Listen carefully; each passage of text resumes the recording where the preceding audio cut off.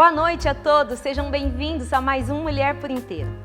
Hoje iremos conversar com Edson, doutor em língua portuguesa e que também vai nos contar sobre o seu talento e o seu interesse pelas outras artes, sempre com a temática feminina.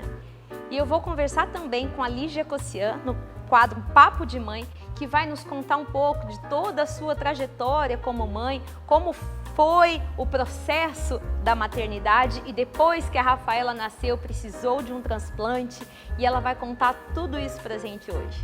E para começar o nosso programa, uma dica para você sobre o exterior feminino.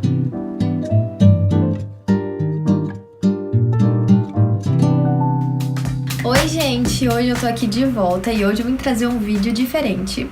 Hoje eu trouxe um desafio, eu vou fazer uma make inteirinha só com essa paleta da Mojave Joker Mousse.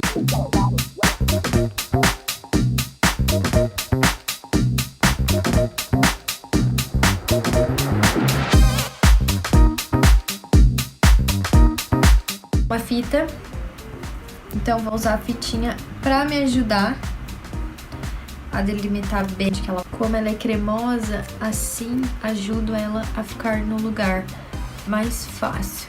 Eu vou começar usando esse tom Bordeaux aqui, que eu achei ele lindo, tem uma cor linda.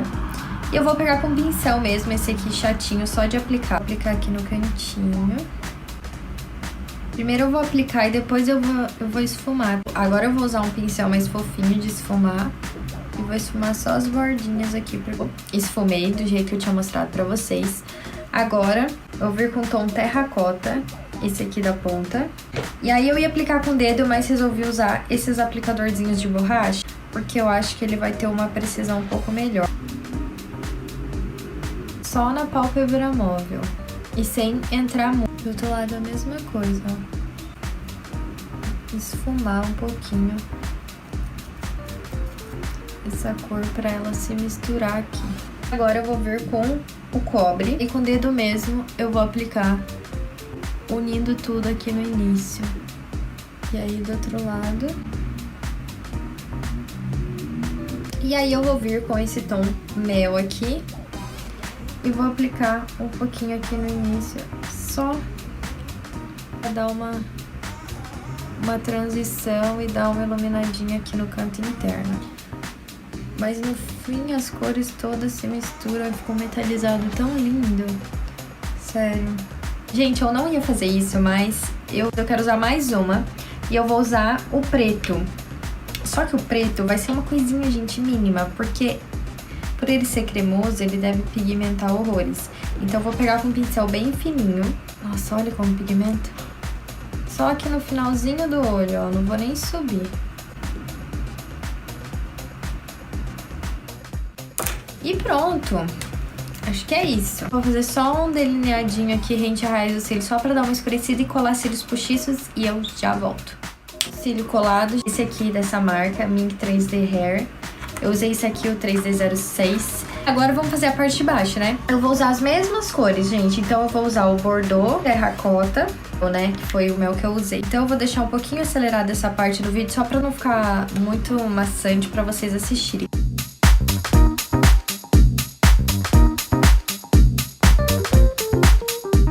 Gente, passar um lápis na linha d'água. Vou passar esse aqui branco. Esqueci, vou passar um pouquinho de preto, acho que também na raiz aqui. Que a gente passou em cima, só que o preto eu vou passar só aqui no canto, ó.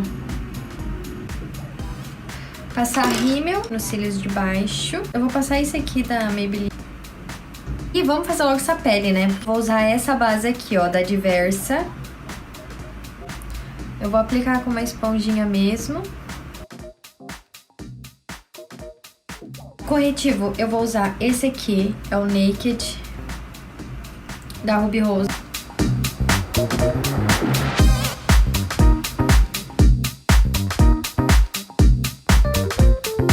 Vou usar esse pó translúcido aqui, HD da Dalla. Sério. Muito bom, eu amo usar ele pra selar a pele.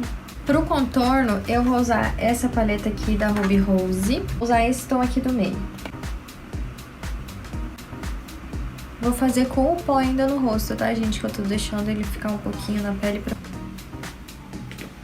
Agora eu vou bater tudo aqui.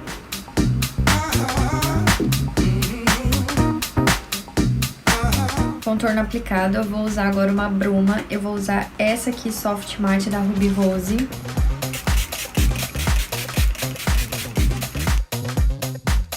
Vamos para a melhor parte, né? Iluminador. Eu vou usar esse aqui da Ruby Rose. E vou misturar esse tom aqui com o mais clarinho. Eu gosto de passar na pontinha do nariz. E aí eu dou um espacinho. E aí eu venho só com a pontinha aí, ó. Passo mais um pouquinho, ó. Um pouquinho aqui na testa.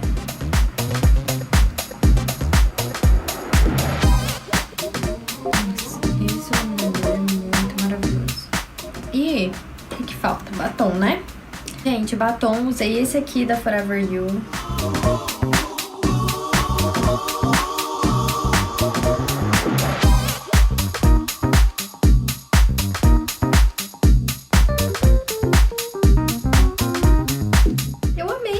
Sério, eu acho que eu nunca usaria essa combinação de cores se eu não tivesse proposto esse desafio de usar a mesma paleta. E eu amei. E, gente, eu consegui fazer toda essa make só com uma paletinha. Isso é maravilhoso. Porque vocês podem ver que... E dá pra fazer muitas outras cores, né? Eu fiz com essa, mas eu já vi outras propostas que dava pra ter feito. Então, se inscreve pra você não perder os próximos vídeos. E é isso, gente. Um super beijo e até o próximo.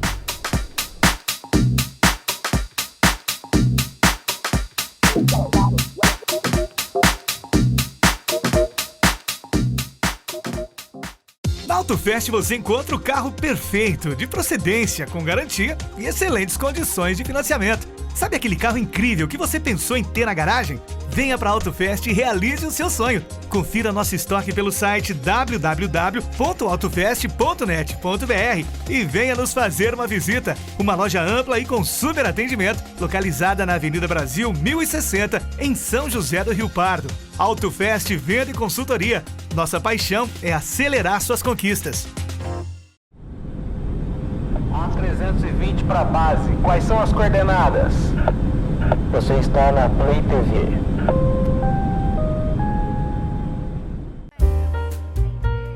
Você, mulher, tem horário marcado na terça-feira com Mulher por Inteiro. Programa especial para as mulheres com psicologia, saúde, moda, direitos, entretenimento e muito mais. Eu sou Gabi Ong e vou estar com vocês aqui no programa agora. É que 90% dos casos podem ser evitados. Mas alguns pais vão dar mais valor ao estudo, à educação escolar. Tá? Toda gestante pode ter um sangramento gengival. Você tem medo de panela de pressão? Hoje eu vou te dar várias dicas e tirar várias dúvidas sobre elas. Mulher por Inteiro, toda terça, às 8 da noite. Play TV, pensando em você.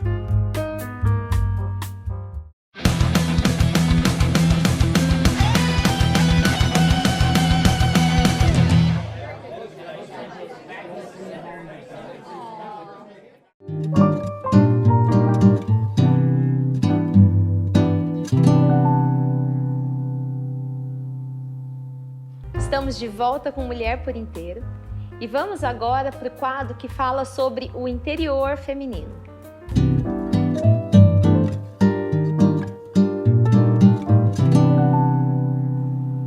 E para o nosso bate-papo de hoje, na verdade, temos um homem que enxerga o nosso interior feminino e coloca isso nas suas obras. Edson, boa noite, seja muito bem-vindo.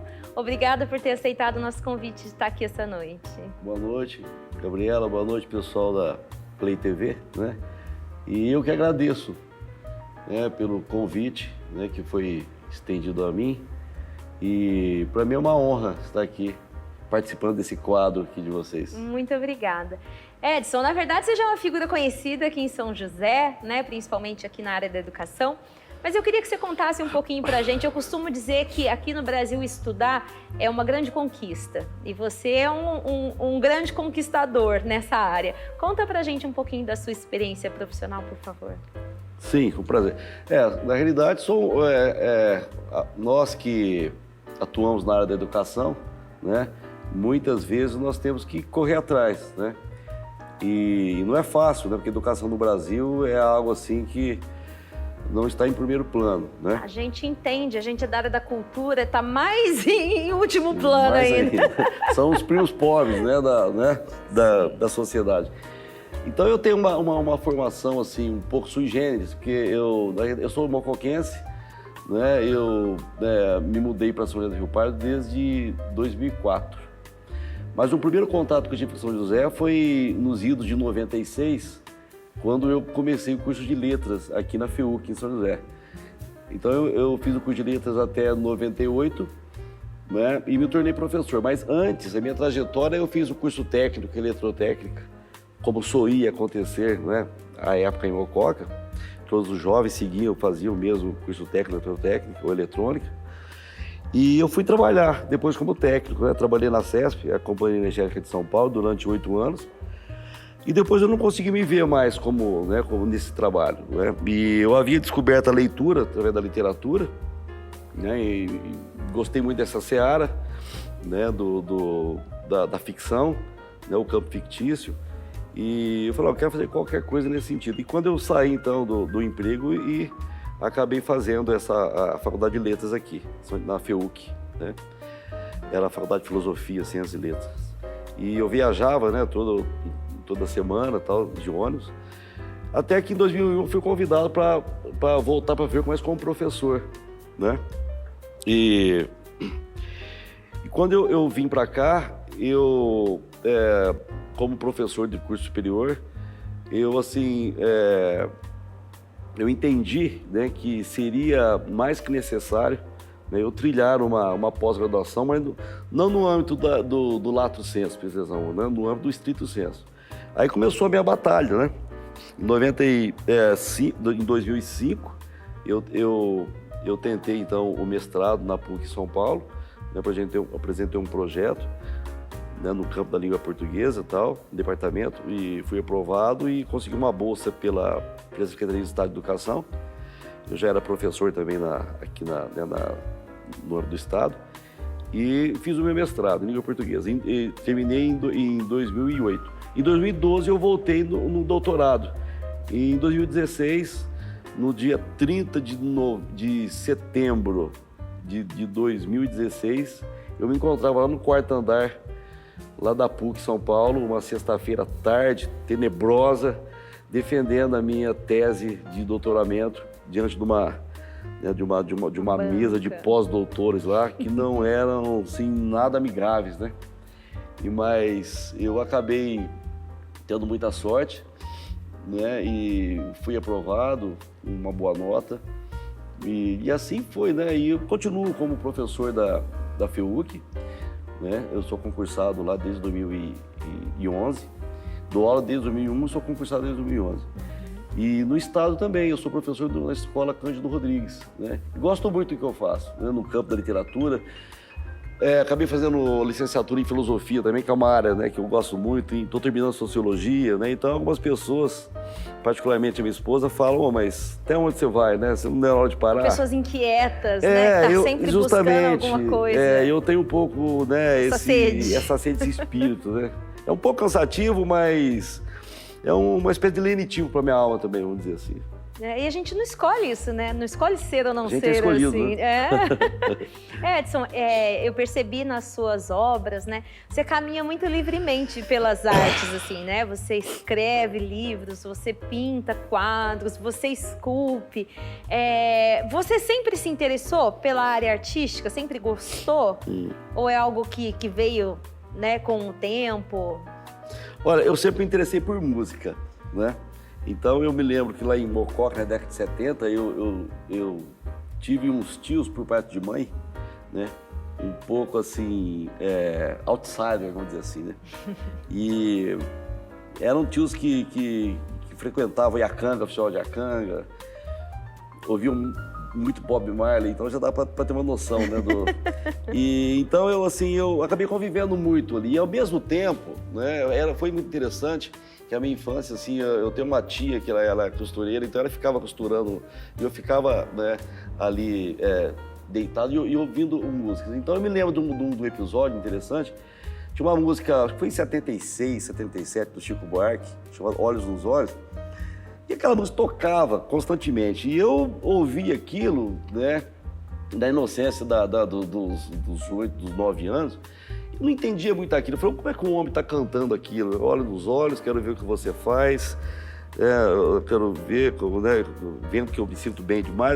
Eu falei, mas como é que o cara está falando uma coisa? Eu não entendia. Ao mesmo tempo, eu me sentia atraído por aquela letra. Aí um dia esse meu tio, né, chegando na casa da minha avó, ele morava ali, e aí ele estava muito inspirado, e eu cheguei, né, e perguntei para ele, né, eu falei, Bimba ele chamava, morreu já.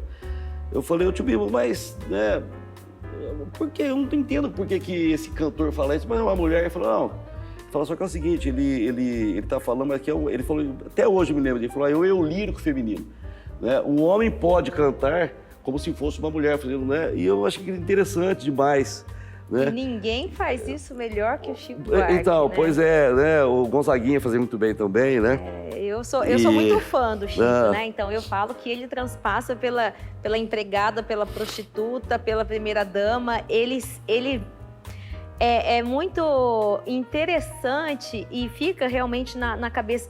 Como que um homem consegue escrever como se fosse uma mulher? Com tanta propriedade, né? Com tanta propriedade, né? Isso sempre me chamou a atenção também. Então esse trânsito, muita vontade que ele tinha, de muito conhecimento de causa dentro do universo feminino, né, acabou se criando uma certa impressão em mim. Bom, então essa primeira explicação que o meu tio estava muito inspirado, que ele me deu na época, foi muito boa, porque eu acabei carregando isso, né? E mais tarde eu acabei assim penetrando um pouco nesse universo, na aula de literatura portuguesa.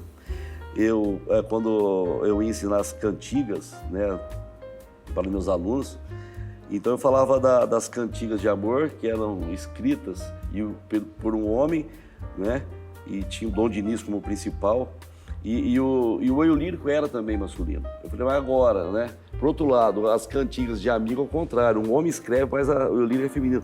Né? Então os alunos adoram isso, né? Principalmente as mulheres. Não, olha só, mas como que ele, né, se propõe a escrever? Eu falo, olha, né, é uma sensibilidade que o indivíduo tem, né? Então, desde essa época, eu comecei, de certa forma, né, assim, eu acho que ter essa queda para tentar entender o universo ficto, né? Essa coisa da ficção. Né? Eu nunca fui realmente um leitor, eu me tornei um leitor de literatura, né, ali por volta dos 20 anos de idade, então foi um pouco tarde, né? E eu acabei assim virando um leitor voraz, muito talvez para recuperar o tempo perdido, né? Porque aqui no Brasil nós não somos muito leitores, né? Não. Então, quando você de certa forma descobre, né, essa seara, esse nicho da literatura, você parece que quer correr atrás do tempo perdido, né? Então foi um pouco isso, acho que aconteceu comigo, né? E esse despertar para o universo feminino, né, vem muito da literatura também, né? Então algumas figuras femininas que me encantaram, né? Por exemplo, me marcou demais também, depois eu como leitor, né, uma obra do escritor norte-americano, ganhador do Prêmio Nobel da Literatura, o Ernest Hemingway. Ele tem dentre, né, várias obras dele, né, tem uma que chama Por que uns Sinos Dobram, né? Ele faz um recorte sobre a Revolução Espanhola, né? E aí me lembro, tem um pessoal rebelde, né, e uns homens cabrões mesmo, né, muito graves, fortes, né, ali vazando testosterona, né? Machos alfas. E uma mulher envolvida, né? Pilar, olha que nome, né? Esse nome ficou nome de Pilar. E a força dessa mulher era uma coisa assim, uma coisa indescritível que está lá na narrativa dele, né? Então fala, olha, como que uma mulher, né, E você vê, e ela nem usava a força da sedução, nem precisava usar a força da sedução. Ela mesmo, o olhar na realidade, né? É uma questão ética, né? É assim, um indivíduo se colocar diante do real, se pronunciar. Então a maneira como ela se pronunciava, e olha que é uma personagem de ficção, né? Feita por Hemingway, quer dizer, o outro também conhecedor da alma feminina, né? E eu falei, mas esses caras são bons demais, né? São. Eu comecei a escrever alguma coisa, né? Talvez levado por uma por um lampejo de juvenilha, não sei, e comecei a notar muita coisa. Quando veio, eu olhei e falei, olha, tem muita coisa que dá para peneirar e material até para um livro, né? E aí acabou saindo esse livro aqui, né? Que eu, na realidade, em 2000 ele estava pronto, acabei lançando ele em 2005, chamado Laivos de Velas. Laivos de Velas, né? E que eu até a capa do livro é da obra de uma artista plástica amiga minha de Mococa, chamada Luzia Cardoso, né? E ela cedeu gentilmente na foto desse quadro dela para virar a capa do livro, né? Então aqui o fio condutor, né, das poesias desse livro, né, são lamentos de um eu lírico, né, um pouco perdido, né, diante da grandiosidade, né, e das armadilhas do universo feminino. Então sou um pouco assim de humor, né, ao mesmo tempo de uma angústia, né, diante do poder feminino, que o homem nada pode, né? Então é um pouco disso, né? E as aventuras também, né? De um casal, né? Assim, aventuras bem assim, talvez eróticas, né? Vamos dizer. Um pouco tem assim, uma tendência um pouco libertina esse livro, né? Vamos dizer assim. Não, eu falo que eu não acredito em reencarnação, mas se eu acreditasse, eu ia querer nascer mulher de novo, porque eu acho que ser homem deve ser muito sem graça. Eu sempre falei isso, porque a mulher são altos e baixos, são vários humores, várias coisas no mesmo dia, né? E eu gosto, né? Eu sou uma pessoa que gosta das emoções, assim, eu gosto de viver, de saber das emoções. Então eu falo que eu gosto muito de ser mulher. Sim. Né? É realmente um universo assim extenso, difícil de entender. A gente mesmo, muitas vezes, tem coisas que a gente não compreende, Sim. né? Mas é um universo muito vasto aí para ser explorado. Sim. Edson, na pintura, na escultura, como que você entrou nesse universo? Além da literatura, tem os seus quadros, né? Que tem sempre ali uma figura feminina, né? Sempre um motivo feminino, né? E também as esculturas muito, muito bonitas e sempre com essa mesma temática. Sim. Quando que você foi para esse lado artístico? Olha, então, quando eu lancei esse livro em 2005, né? Um ano antes, em 2004, o ano que me mudei para cá, o meu avô faleceu com 86 anos. E eu me vi, de repente, assim, tentando retratar, né, como uma homenagem, numa pintura, um retrato dele, né, uma foto dele. Isso é influência de uns amigos meus, da própria Luzia, do marido dela, o Getúlio, né, um grande artista, poeta também, um abração para o Getúlio Mococa, a Luzia, né, grandes amigos. Então, e ele é um pintor, né, primitivista, naif. E eu olhando aquilo, eu falei, olha, eu acho que eu vou retratar meu avô. E acabou, eu estava assim com tanta angústia na alma que aquilo eu consegui canalizar para o quadro, né? Então ficou uma coisa sem estilo, claro, né? Porque eu não tinha pego no pincel. Então ficou uma coisa meio primitivista, ao mesmo tempo dialogando assim com o impressionismo, né? Um pouco das cores também de amarelo de Van Gogh, coisa, claro, eu já tinha olhado, né, e tal, no meu inconsciente, né? Que tudo é uma repetição. E aí o pessoal viu e até que achou que ficou mais ou menos, né? E a partir daí eu acreditei, né, nesse mais ou menos deles, né? E comecei a pintar. Mas eu percebi o seguinte, por mais que eu tentasse pintar, por exemplo, algo abstrato, né? Eu vou um pouco para o abstrato, né? Se eu traço para o abstrato, eu sempre caía na figura humana, né? E sempre, assim, algo que me chamou muita atenção, né, essa parte do rosto da mulher, os lábios da mulher, né, o olhar, né? Então, por mais pretensão que possa parecer da minha parte, né, mas o meu pincel sempre parece que é uma força que leva para eu ali tentar imprimir, né, a impressão do olhar feminino, né? Essa coisa da exuberância do corpo feminino, né? Não que o corpo masculino não me atrai para eu pintar também, mas eu acho também que é um pouco dessa necessidade platônica, talvez, né? De assim, galgar algo no campo do ideal, né? E que uma espécie de utopia pictórica, não sei, né, se é o termo certo, estou inventando isso, né? Mas é um pouco disso. na realidade foi isso. Então eu acabei pintando assim numa obstinação, né, que eu não conhecia. Eu vira um obstinado para pintar. Aí pintei. Quando eu me dei conta, eu tinha uns 30 quadros a óleo pintado.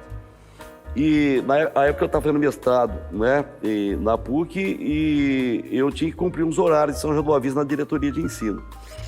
E eu já tinha amizade com o Francisco e a Lúcia, que eram donos de uma livraria famosa, que ficava bem na esquina ali da diretoria, e tinha também um espaço para arte, exposição de artes, né?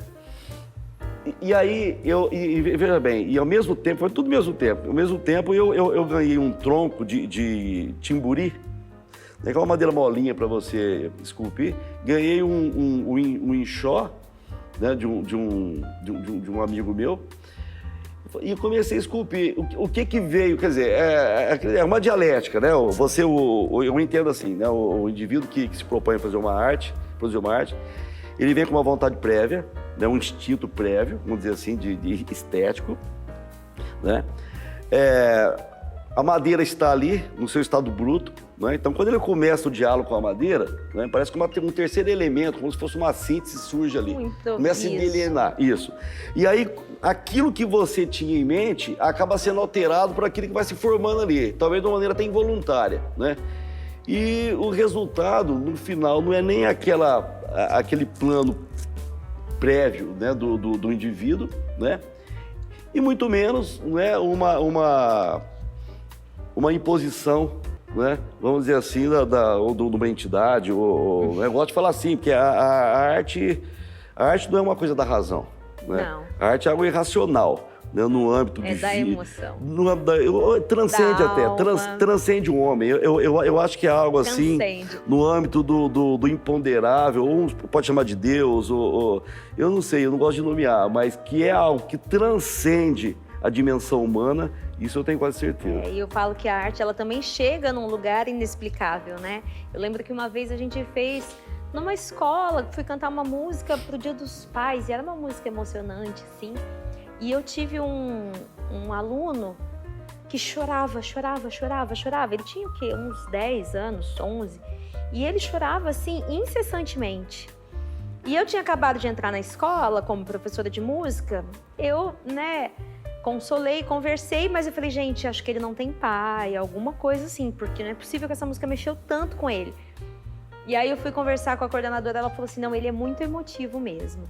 E aí eu fui conversar com ele, né, explicar para o Miguel. Eu falei, Miguel, a música, assim como as outras artes, ela chega num lugar que a gente nem sabe se é dentro, se é em cima, se é no meio. É um lugar quase intocado, né? Não é fácil a gente chegar nesse lugar assistindo no dia a dia, né? É um sentimento, nossa, parece que é algo muito profundo, né? Quando aquela arte te toca de verdade, né? Parece que ela te enxerga, ela, não sei, ela te arrebata. O filósofo alemão Kant, Immanuel Kant, ele fala disso, né? Que a dimensão da arte, né? A propriedade da arte é essa capacidade que ela tem de êxtase. Então, o indivíduo, quando ele chega diante do belo da arte, né? Quando ele se sente arrebatado, é o momento do êxtase, né? Então, ali ele tem um contato com o belo, né? Só nesse momento. Então, assim, é uma questão que aí na realidade, eu fui chamado um pouco, né? Essa ansiedade, né? em criar, né? Eu acabei esculpindo, né? Algumas esculturas de madeira, mas assim, com a predominância do espectro feminino, né? Vamos dizer, nem sempre muito puxado para o erótico, mas eu posso dizer até eu uso o erótico aqui, não num lado mais da pornografia, né, da literatura libertária, né, da arte da libertinagem, mas assim, um erótico no âmbito do amor mesmo, né? Natural, no âmbito do anseio, do toque, né?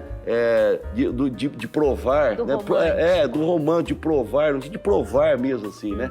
Que a gente tem um pouco de pejo, né? De falar sobre isso, né? Mas o que nos foi dado foram os 5 sentidos, né?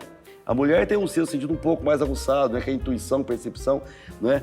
Mas o homem, assim, para todos os seres humanos, né? Nos foram dados os 5 sentidos, né? Então nós temos que fazer uso deles, né? porque eles que nos estabelecem, né? Assim como seres humanos mesmo, né? E não máquinas, né? Então, assim, a minha arte eu gosto muito de explorar isso, né? O meu sonho, na realidade, é viver de arte. E é claro que é sonho, né? Porque é um sonho de quimera, né? Porque é difícil, né? Assim, o indivíduo, para ser um artista, né? Ele tem que ser falado, né? Ele não pode se fazer um auto-julgamento, né? Eu acho que a dificuldade, inócuo, né? a grande dificuldade aqui, não só no Brasil, mas no Brasil acho que acaba sendo um pouco mais grave.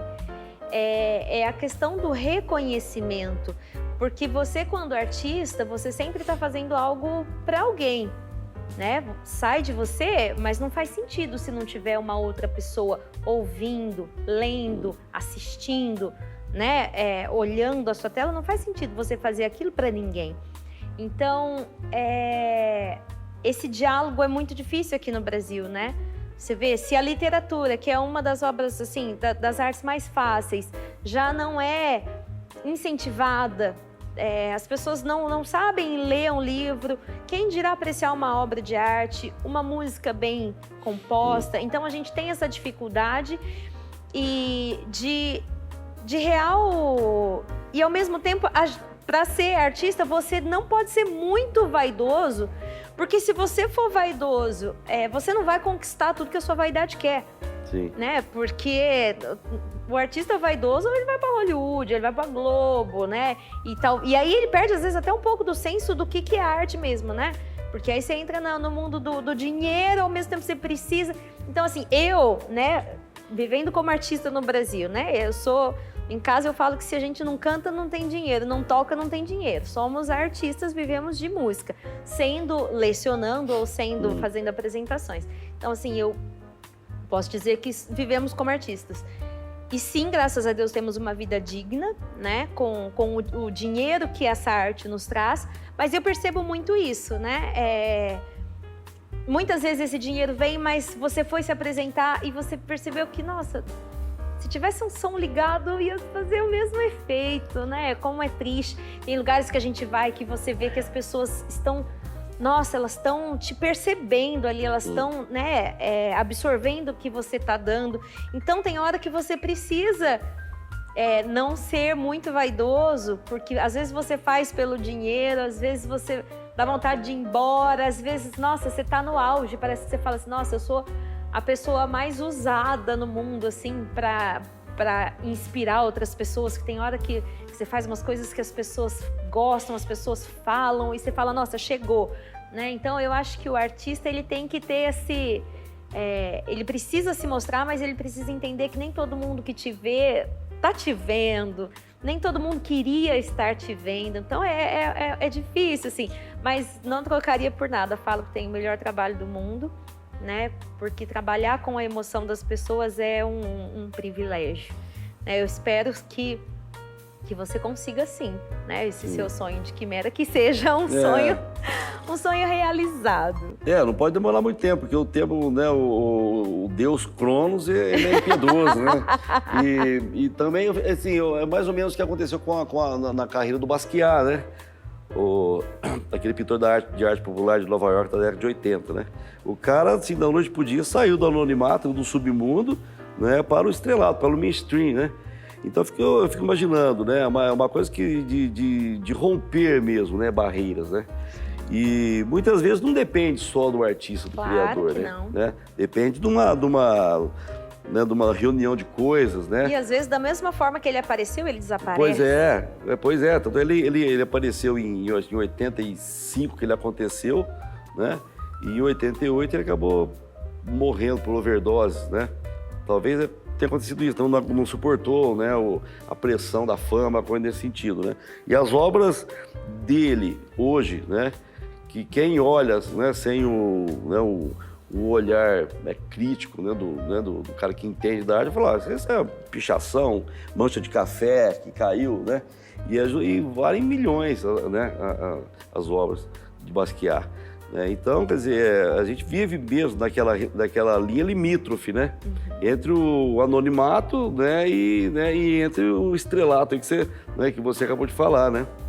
E eu gostaria de ler um poema do livro, mas não vai ser é um poema mais tranquilo. Não, fica à vontade, tá, por favor. E antes de mais nada, eu gostaria de presentear aqui você e o pessoal da TV, né, com um livro também, esse livro aqui, pessoal da Play TV. Tá? Eu agradeço muito, obrigada pelo carinho. Tá. Será lido esta noite. Sim. E deixa eu escolher um aqui. Quero. Então eu vou ler aqui um chamado Apresentação da Musa, né? Que é um poema e serve também como apresentação do livro, que ele mostra bem essa obsessão minha pela presença feminina, né? Então é assim, apresentação da musa. Para certas coisas, homem atrapalha. Pensei quase alto quando entrávamos no condomínio. 7 ou 10 minutos depois, deparei-me com as duas únicas vidas que habitavam aquele quarto. Um pequeno cão peludo e branco junto de uma mulher com um olhar um tanto curioso. Havia uma pequena mesa no centro do quarto e a cama larga servia de assento à mulher e ao animal, que, nos vendo, esticou uma orelha e levantou a cabecinha. Não conseguia adivinhar de onde vinha a música, nem o cheiro fragrancioso do pequeno local. A mulher olhou-me. O porteiro perguntou qualquer coisa? Não havia perguntado. Sequer dirigiu-nos o olhar, como se fosse corpo de um mecanismo lógico. As coisas se tornam mais fáceis quando pinta grana. Pus a mão no braço da minha companhia. Ela sorriu. Estava bonita, com a fita azul na testa. Então, como vai ser? Quem primeiro? A mulher mal termina a frase, tirou o cão do colo, serpenteou um pouco o tronco e o vestido acetinado revelou finalmente todo o glamour do bafão da musa. É um pouco o perfil da figura feminina que perpassa esse livro, Laivos de Velas. Bom, e depois então dessa leitura deliciosa, fica a curiosidade que vai ser matada logo Sim. mais. E os meus parabéns, Edson, por você não dizer não à tua curiosidade pelas mulheres. Eu acho que pessoas sensíveis, homens sensíveis mudam o mundo. Né? Eu falo que de macho alfa o mundo tá cheio. A gente precisa de homens que enxerguem o mundo de uma outra forma. Então, parabéns por você ser essa pessoa que abre o seu coração para o que não é você. E obrigada por ter vindo aqui dividir isso com a gente essa noite. Muito obrigada. Eu que agradeço e desde já eu quero já fazer uma prévia, um pré-convite, que eu vou fazer uma exposição, né, das minhas esculturas, dos meus quadros e também o lançamento de um novo livro que já está aí já para ser concebido. E desde já, então, fica o meu convite, né, a vocês aqui da imprensa, né, se quiserem, né, acompanhar, talvez será um prazer mostrar, né, as suas obras, para mostrar e ver as suas obras. E também aqui estaremos sempre de portas abertas quando você quiser vir fazer uma divulgação também. A porta da Play TV está sempre aberta para você. Muito obrigado. Eu que agradeço. A gente encerra agora, vamos para um rápido intervalo, mas a gente volta já, não saia daí.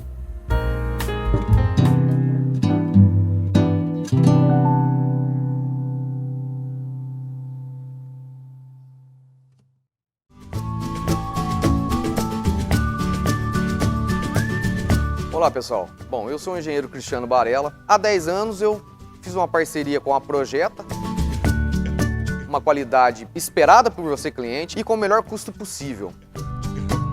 Eu sou o engenheiro Mário Guzmão. Quando você estiver fazendo a sua indústria, o seu comércio ou mesmo a sua casa, eu indico a Projeta.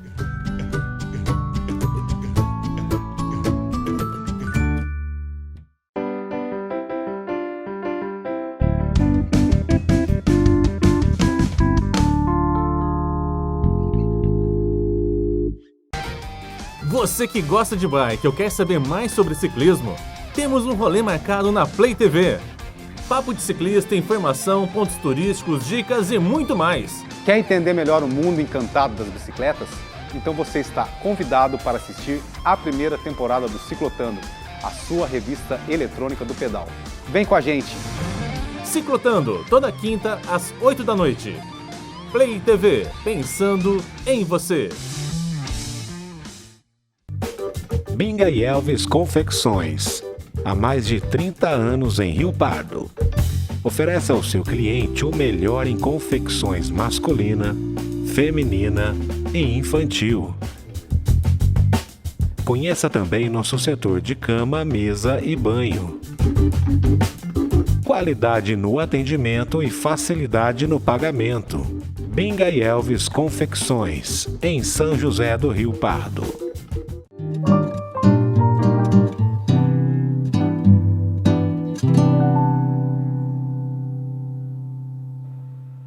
Estamos de volta com Mulher por Inteiro e vamos agora para o meu quadro preferido, Papo de Mãe.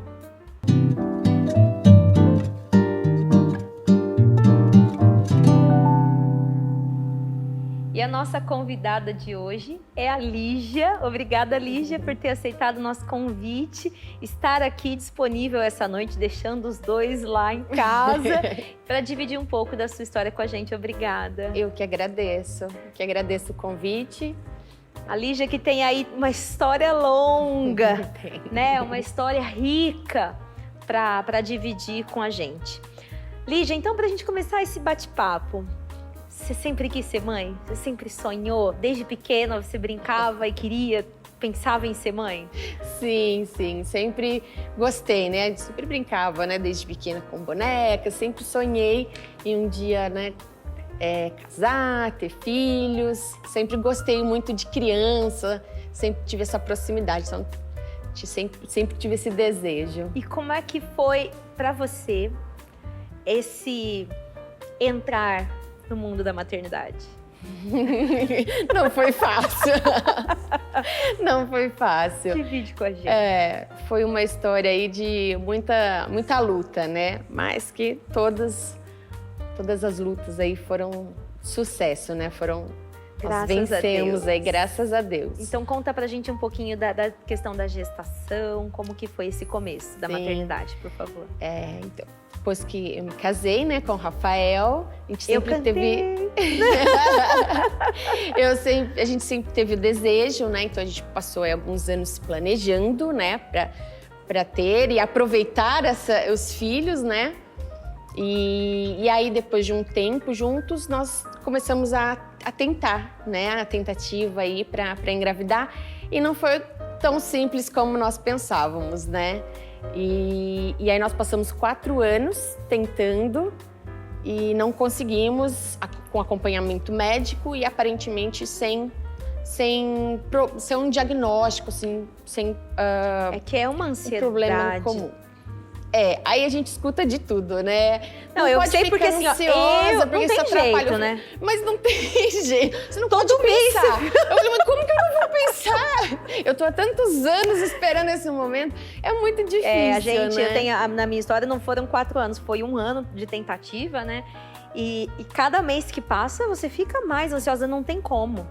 Né? Você tenta não lembrar que dia que é, se é para descer, se não é, mas não tem jeito.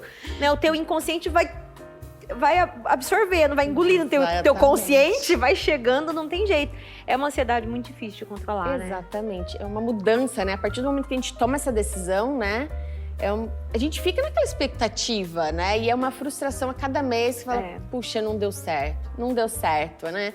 E aí outras pessoas, né? Você vê outras amigas, outras pessoas que às vezes nem estavam esperando engravidar e falam, poxa, por que comigo não é assim? É só pra né? aumentar a ansiedade. É só pra aumentar.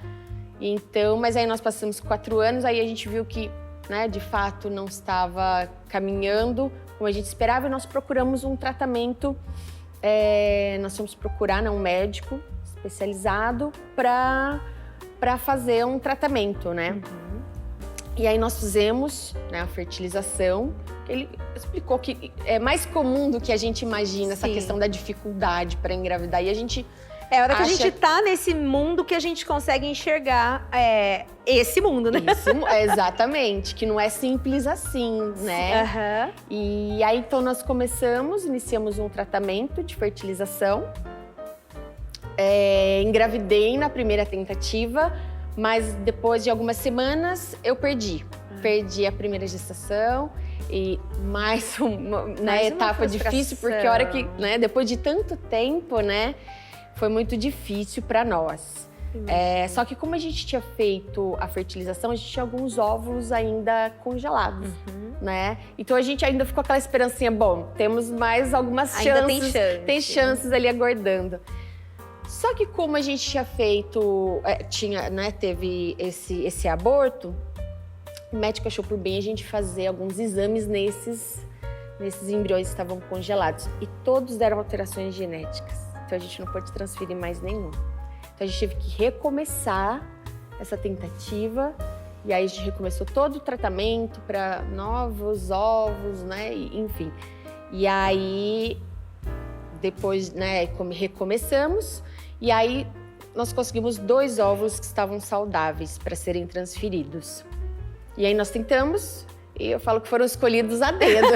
Eles estavam ali esperando a gente. Tinha que ser eles, né? Tinha que ser. A gente fala que tudo na sua hora, né? A gente às vezes tem essa ansiedade, né? Mas eu falei, tinha que ser eles. A gente não vê outros, fala assim, não, são as figurinhas, né? Vieram escolhidos a dedo os 2. E aí, graças a Deus, deu certo. E aí veio a Rafaela e o Heitor. E aí, enfim, a maternidade. Enfim, a maternidade. E aí, como foi essa gestação? A gestação foi, assim, os primeiros meses a gente fica daquele medo, né? Os 3 primeiros meses, ainda mais com o nosso histórico, né? E aí a gente já tinha esse alerta do médico, né? Que seria uma gravidez de risco, porque a gente não tinha essa facilidade, né? Eu não tinha essa facilidade para engravidar. E por ser gemelar, né? Então, assim, os 3 primeiros meses a gente ficou naquela tensão, né? Aí passando a gente já ficou um pouquinho mais tranquilo, mas tentando, assim, tomar todos os cuidados, fazendo todos os exames possíveis. Mas foi uma gestação bem tranquila. Eles desenvolveram como se fosse uma gestação única. Então, eles tinham um peso bom, né? Um tamanho legal. Então, foi tudo bem, né? Foi tudo bem. Aí nasceram com 37 semanas. E nasceram aqui em São José? Não, nasceram em São Paulo. Como era uma gestação gemelar, né? E todo histórico. E nós decidimos ter em São Paulo, numa maternidade que tivesse a UTI neonatal. Né? Apesar da gestação estar tudo bem, a gente sabia que por ser gemelar poderia nascer um pouquinho mais cansado, né? E infelizmente nós não temos aqui. O nosso desejo era que eles nascessem aqui. Mas inclusive tem um número muito grande de crianças aqui de São José que precisam de UTI. É um número bem grande. A minha Joana, quando nasceu, precisou e foi para Sinhá, lá em Ribeirão. E eles disseram o número de crianças de São José que vem para cá é muito alto. Então, é uma coisa que também é a se pensar aqui, né? É uma coisa que São José precisa com urgência, né? De alguns leitos, pelo menos, né? Já a gente ajuda, sabe que né? tem algumas questões, né? Alguns bebês que é questão de urgência, né? Não dá tempo, E não né? dá tempo. A gente sabe que tem algumas questões. Depois que a gente começa a passar, né? Ter convivência com os bebês, a gente vê que tem alguns que são urgentes, né? E nós temos aqui Ribeirão, acho que Mogi, né? Que são, acho que os mais próximos, né? Acho que a primeira tentativa sempre é Ribeirão. Senão... E aí, não dando certo, eles tentam outras UTIs. E fora o que demora do processo para até chegar lá, né? Então, isso daria outra entrevista. A questão de esperar ambulância, né? São muitas questões. Mas que bom que você conseguiu, então, tê-los lá. Isso, aí por essa questão nós tivemos lá. Escolhemos ter em São Paulo. E como é que foi o nascimento? Deu tudo certo?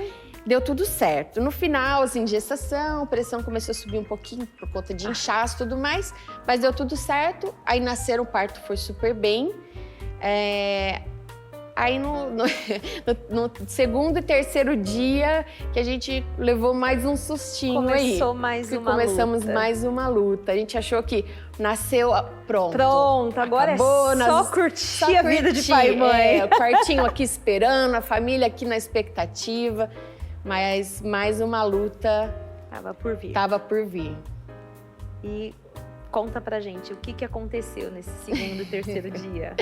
Pois é, eles nasceram super bem, né? Por ser gemelar, não precisaram, né, de UTI neonatal, né? Nasceram num peso bom, super bom. Mas no segundo dia, eles começaram a ficar mais amarelinhos, né? Ictéricos. E aí, a maternidade começou a fazer exames, né? Porque eles fazem exames sempre de rotina lá nos bebês.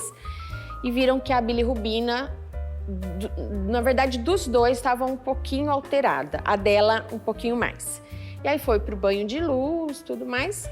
E no dia seguinte, refizeram os exames. O dele tinha normalizado e da Rafaela, a bilirrubina direta, que a gente fala, estava subindo. E aí eles ficaram em alerta, preocupados, porque isso não é normal. Então chamaram uma médica, hepatologista, né, pediatra, e ela foi examinar a Rafaela, fez uns exames, pediu um ultrassom, e aí diagnosticou que ela nasceu sem a vesícula e com uma doença chamada atresia de vias biliares. O que seria essa doença, explicando para os réis mortais? Nós ficamos desse jeito também, né? Que isso, aí? Né? E aí? O que é isso? E aí a cena ainda ficou muito forte para nós e para a médica que fala até hoje, quando ela entrou no quarto para dar esse diagnóstico. Ela disse ainda, falou assim, olha, é uma doença grave, né? Mas tem jeito. Nós ficamos só com o grave. O tem jeito a gente não conseguiu ouvir, né? Ficou lá no fundo. Ficou lá no fundo. Mas essa doença, ela é uma obstrução do canalículo que liga intestino, o fígado e a vesícula, que no caso ela não tinha. Então ele obstrui e a bilirrubina que nós temos, né, que produz ali no fígado, ela joga, né, pro intestino e ela sai.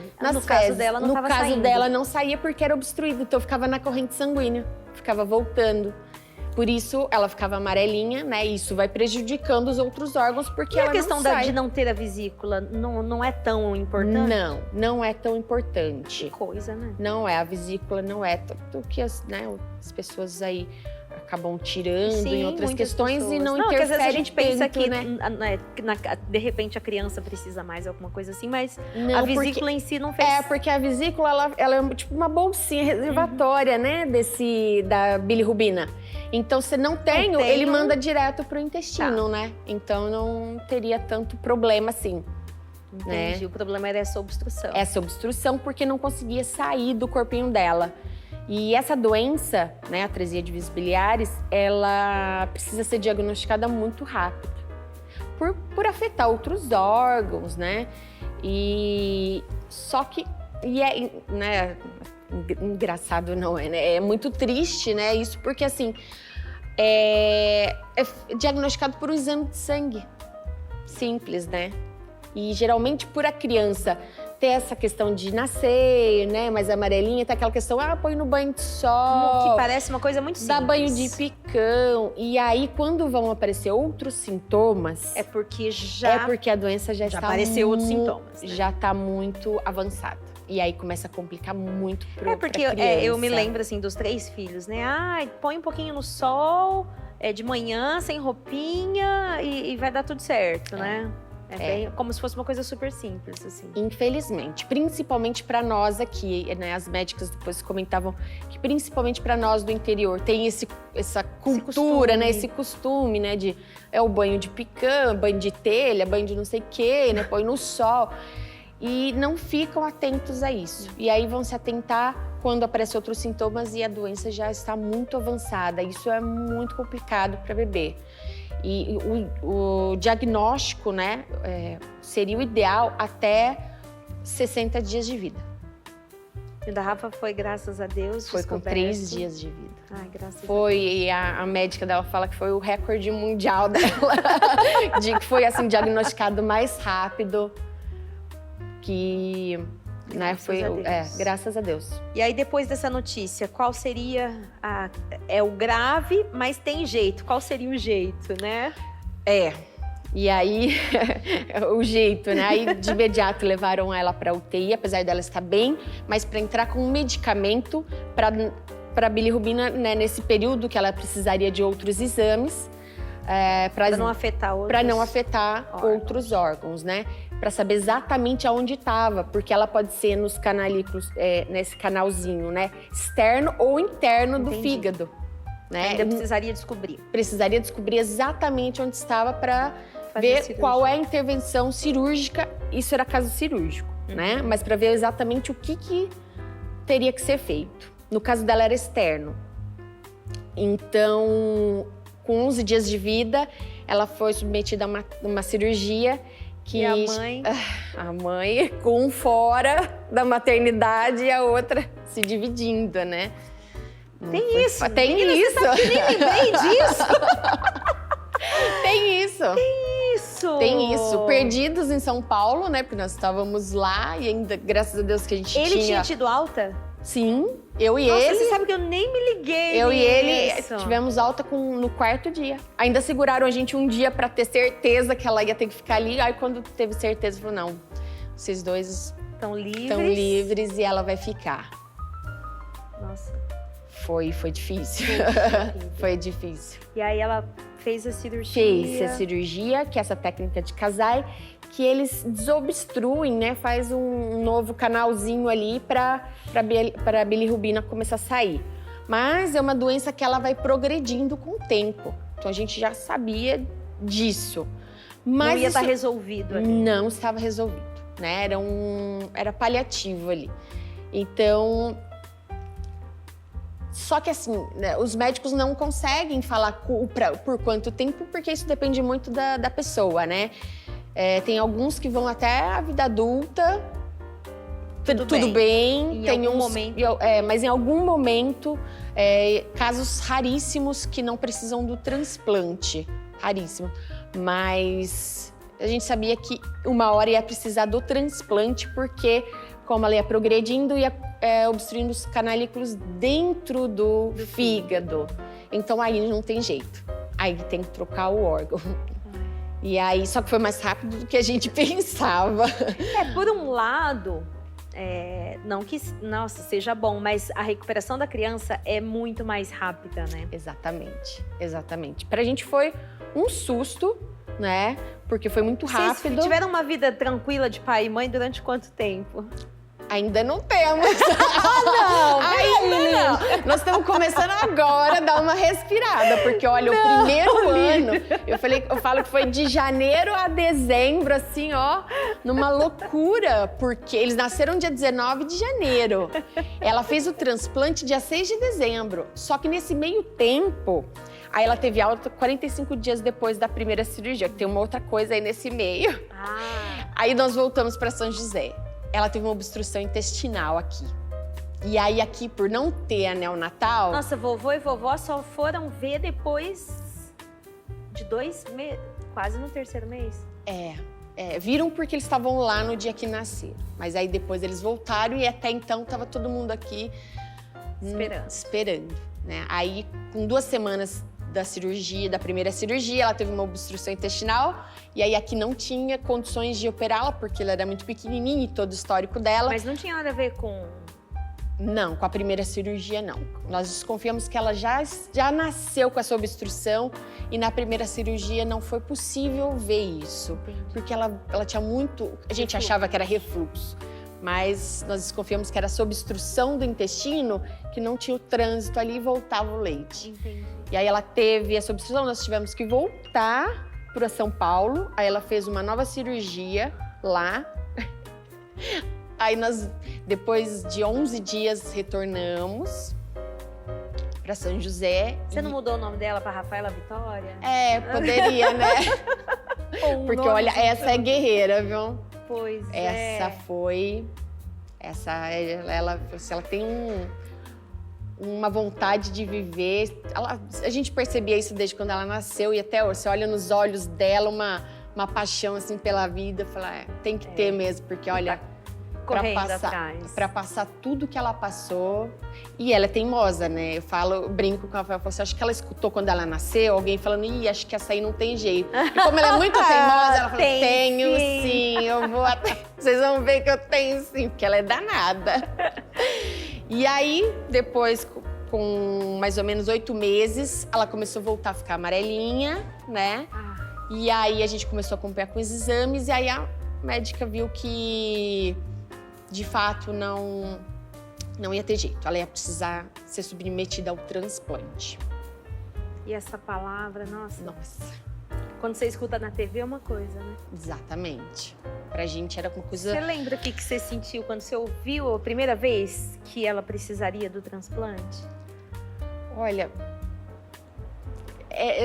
tem coisas que a gente não consegue, né, colocar em palavras ali, mas tinha alguma coisa ali dentro de mim que já falava que eu tinha que estar preparada desde a primeira vez, né? Quando falaram assim que em algum momento ele ia precisar desse transplante.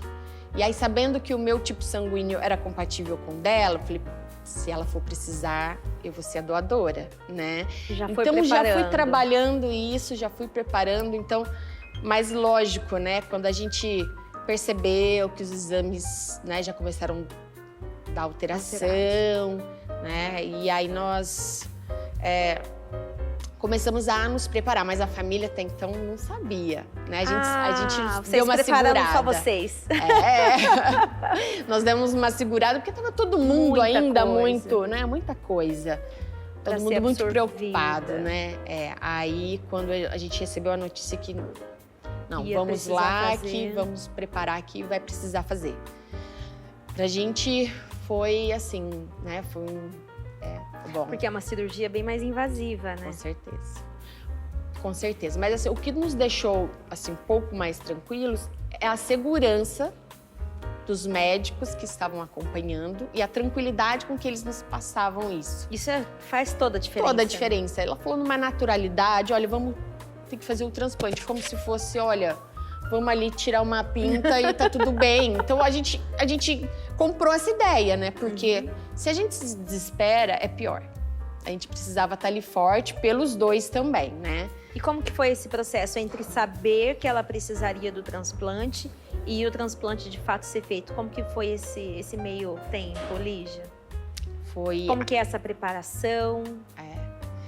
Nós, a princípio, depois que ela saiu da maternidade, ela teve o acompanhamento com essa médica, mas era particular, né?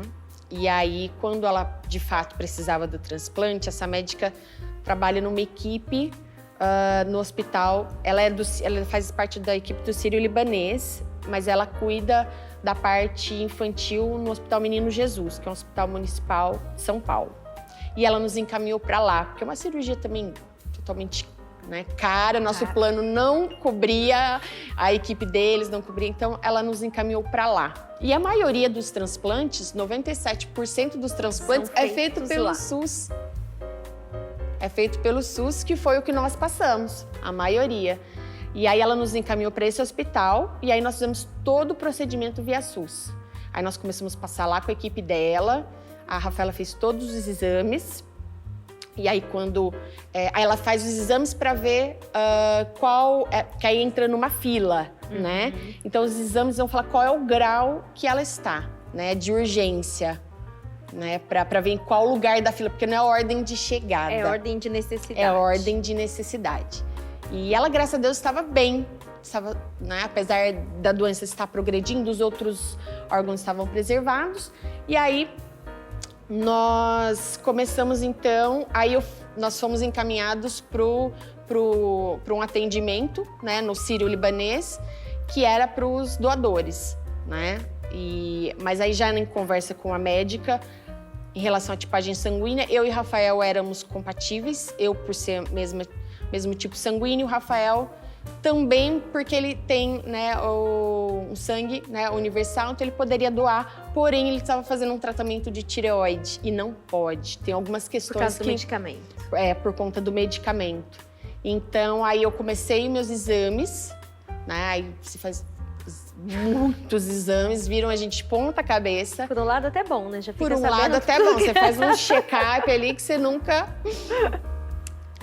imaginou, né? E aí, além do médico, tem psicólogo, tem dentista, e tem várias, assistente social. Essa questão do SUS neonatal, até onde eu sei, é muito bem preparada, né?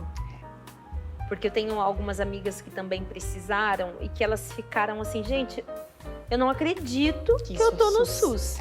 Porque, assim, são hospitais ótimos, leitos ótimos, tratamentos ótimos, médicos ótimos, né? Que eu me lembro delas falarem, gente, eu não acredito que eu tô no SUS, eu preciso contar para todo mundo. Exatamente. Por isso, é uma das coisas que a gente faz questão de falar, né? Porque as pessoas muitas vezes criticam, né? E, de fato, a gente tem muito o que melhorar ainda, né? Mas a gente vê que onde tem uma boa administração, né? Uma boa infraestrutura, as coisas acontecem e com muita qualidade, muito bem. Nós fomos atendidos tudo pelo SUS, medicação, todo o transplante, eu como doadora, tudo foi feito, nós não tivemos custo nenhum, né, gasto nenhum, e foi feito tudo pelo SUS. Tanto a outra cirurgia que ela fez também de obstrução do intestino, também foi pelo SUS. Foi no Instituto da Criança. Então foi tudo pelo SUS e o atendimento incrível, médicos assim de referência. É bom, né, saber disso. A equipe, nossa, maravilhosa, e o acolhimento da família. Isso é muito importante também. A gente percebe especialistas são nisso, especialistas, né? Sabe que não é só, né, a criança. Eu tem que ter um apoio familiar. Quando a Joana ficou na UTI, a gente ficou assim encantado com as enfermeiras. Elas tratavam nossos filhos como se fossem delas. Exato. E trata a gente como assim, ó, eu tô aqui no teu lugar. Fica tranquilo que eu tô aqui como se fosse você. A gente ficou emocionado assim de ver como que é completamente diferente de outras situações que a gente viveu, mesmo com a Joana, né, aqui em São José, mesmo em outros lugares, onde as pessoas não estão preparadas nem para lidar às vezes com o seu bebê, muito menos com a família, né? Exatamente. A diferença que isso faz. Exatamente. E isso é uma diferença muito grande, né? Porque é um momento que a gente precisa todo mundo muito de um apoio, né? Então, é de fato, assim, desde dos enfermeiros, né? Da assistente social, tratou a gente pelo nome, né? Conhece nossos filhos, a gente chegava e perguntava do Heitor, que nem estava lá, que eles nem conheciam como ele tá. Então, a gente se sentia acolhido, né? Tinha a preocupação, né? Sabia que nós éramos do interior, se a gente, aonde nós estávamos ficando, né? Como nós estávamos. Isso, né? Faz toda a diferença. Toda Parece diferença, que não, né? Toda a diferença esse apoio. E aí deu tudo certo, então, Lígia. Graças a Deus. Aí nós fizemos o foi. transplante, eu pude ser a doadora, estava tudo em ordem. E o que não acontece tão simples, né? Que infelizmente nós vivenciamos isso, né? Conhecemos casos de sucesso e casos que não foram tão bem sucedidos, né? Mas nosso caso deu certo, eu pude ser a doadora, estava em perfeitas condições de saúde e deu tudo certo. Agora ela tá lá espoletando, fazendo arte, deixando todo mundo doido em casa. Ah, que delícia, né? Que delícia. Viver a maternidade intensamente. Assim. Bom, Lígia, eu queria primeiro agradecer você ter vindo aqui contar pra gente todo esse processo. Depois que a gente entra nesse universo de UTI, de transplante, a gente acaba conhecendo outras pessoas que passam pelas mesmas coisas que a gente acha que só na TV que acontece. E não, então obrigada por vir dividir com pessoas que podem estar passando pela mesma situação que você ou podem vir a passar. E eu vou convidar depois você para uma outra edição para a gente falar da questão do transplante mesmo, né? Como eu posso ser doador, a gente de repente levantar números de quantas pessoas estão precisando de transplante, como seria se eu quiser hoje fazer um transplante, ser doadora. O que eu posso doar que não vai fazer diferença na minha vida? Aonde que eu faço esse cadastro? Né? Então, que eu acho que acaba dar uma entrevista inteira, né? Sim. E eu gostaria muito que você, se você tivesse a disponibilidade, voltasse para a gente conversar a respeito disso. Claro, venho sim. A gente faz questão de dividir a nossa história justamente porque nós sabemos que tem outras, né? Às vezes um nosso gesto aí salva vidas, né?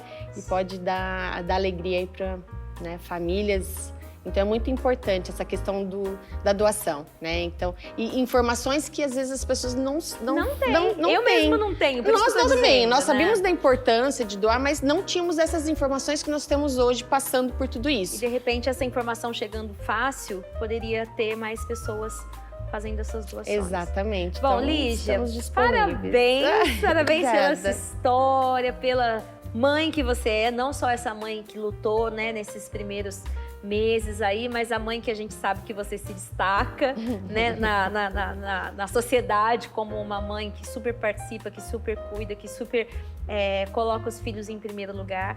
Então eu gostaria de dar os meus parabéns para você, para o Rafa que está nos assistindo, que também também participou de tudo isso. Exatamente. Beijinho na Rafa, para o Heitor também.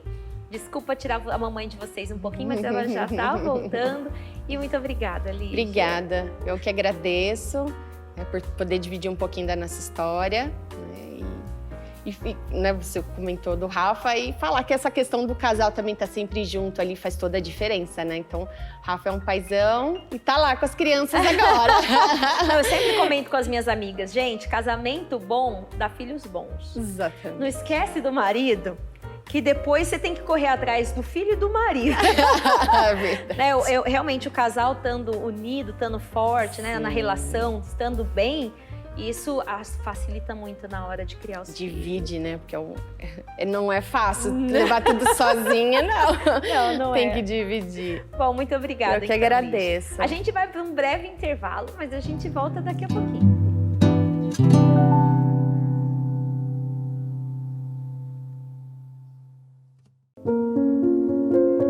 Era uma vez um garotinho que amava comer donuts. Esse garotinho cresceu e encontrou a receita do verdadeiro sabor das rosquinhas americanas. Esse sabor hoje é o Your Donuts. Your Donuts, o verdadeiro sabor das rosquinhas americanas.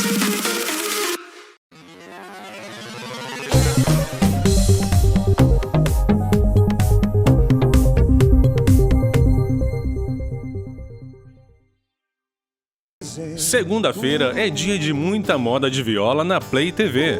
Renato e Giovanelli apresentam Trembão, muita música, histórias e o melhor da cultura sertaneja. Ele foi crescendo e ganhando vida. Não aprendi a dizer adeus, mas tenho que aceitar seu olhar, farol da minha estrada pra não me perder. Por maior que seja a queda, o amor jamais se entrega.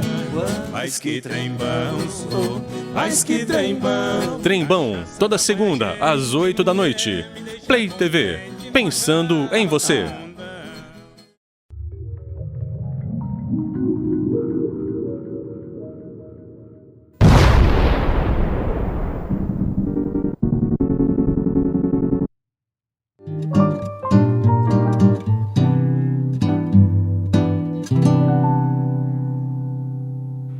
Estamos chegando ao final do nosso programa. Eu espero que vocês tenham gostado do nosso bate-papo com o Edson, falando sobre o eu lírico feminino, conversando com a Lígia sobre todo esse processo da maternidade, transplante. Espero que vocês tenham gostado, que tenha sido interessante para você. Nós vamos chegando ao fim. Mas antes eu gostaria de agradecer a Maica Mello, que me veste hoje, a Jamaica e a Elaine, que já estiveram aqui no nosso programa contando tudo sobre como foi o processo de formação da loja. A loja incrível, com roupas lindas, coleção que chegou essa semana. Passa lá na Maica Mello, toma um café, bate um papo com a Elaine e seja bem atendido. E gostaria também de agradecer a padaria Santa Rita, o paraíso dos pães, que hoje nos presenteou com esse mimo. Muito obrigada, em nome lá do Fabinho. E a você em casa, boa noite, obrigada e até semana que vem.